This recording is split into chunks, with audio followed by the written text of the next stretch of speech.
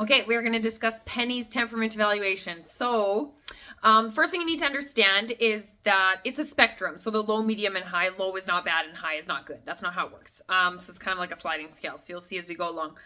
But the first thing that you'll notice is I put the puppy into the temperament testing area, and what I'm looking for is how confident are they? Is their tail up? Is their tail down? Are they exploring the new obstacles in the new area?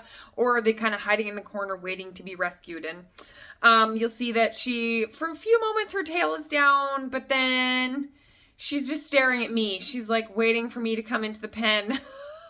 Which scored her highly human focus, so that is another aspect of it. But she's basically like, well, what am I supposed to do in here alone? Waiting for human engagement. So what you'll see through the rest of the test is that she's very confident. So I gave her a medium because we can always work on confidence. We can always build on that. You'll see at one point when I'm trying to encourage her to go onto like my tarp area, she does circles around it a few times and then eventually tries it out. So she will benefit from a family that really encourages and empowers her to try new things so that she can feel proud when she's done trying them.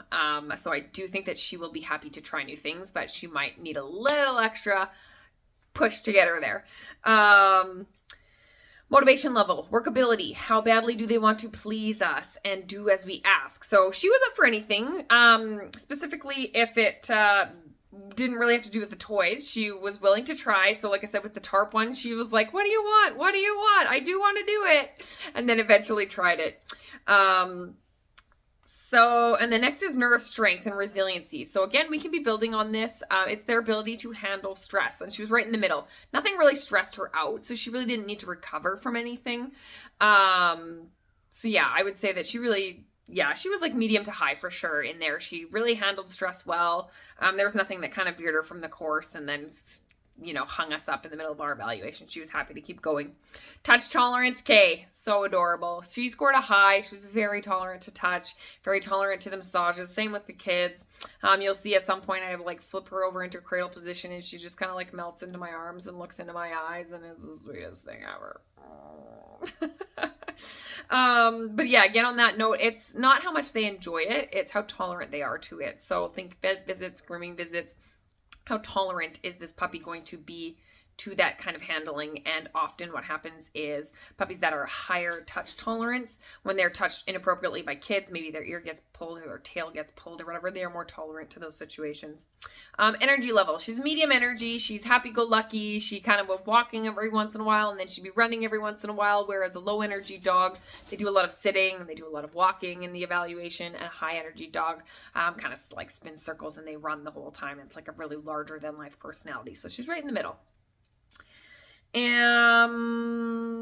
Sight and sound sensitivity. Okay, so my husband distracted me. He entered into my testing area and came in with a crash, which she didn't notice. No surprise. She didn't notice the big crash. So I kind of used that as sound sensitivity. And then I retested it afterwards because I realized that he lost my train of thought and I forgot to do it. So she, in the end, scored low on both of those. She did not notice the crashing of the fence and she did not notice the Fisher-Price popper. And she immediately was checking it out as I started pushing the popper around on the ground. So that's awesome. She will probably handle loud sounds and busy kids quite well. Sight sensitivity. So I tested it with the tunnel. I kind of popped the tunnel up and she really was not fazed by it all. We're not looking to see whether they notice or not. We're looking to see whether it causes them stress. And she immediately was checking it out and was not fazed by that busy sight at all. Prey drive.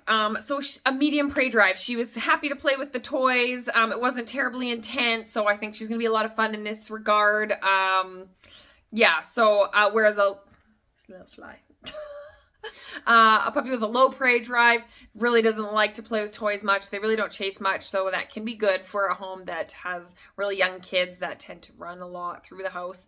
Whereas a high prey drive can be a little bit tricky to manage in a home if it's really intense. So she's right in the middle. It's often middle is kind of fun. Medium, they like to play with toys. They like to chase things like fetch and whatnot, which is kind of fun, but it's not too intense. And then tenderhearted. I gave her a highly tenderhearted here. She cared very much. She was very sad for me. and was like snuggled right back into my face for that one when I was like pretending to cry on the floor. She was very sweet. These are the dogs that when you hear owners say that their dog stayed by their side for, while they were sick in bed that week or whatever, this is a highly tender-hearted dog. And they really want to fix your emotions for you. Dog friendliness, I gave her an assertive. She kept checking back with my stuffed dog there, and she would go straight for the mouth. So I think she'll do really well with a dog-friendly home or a home that doesn't have dogs either. She'll do great. So if you have any questions, you can let me know.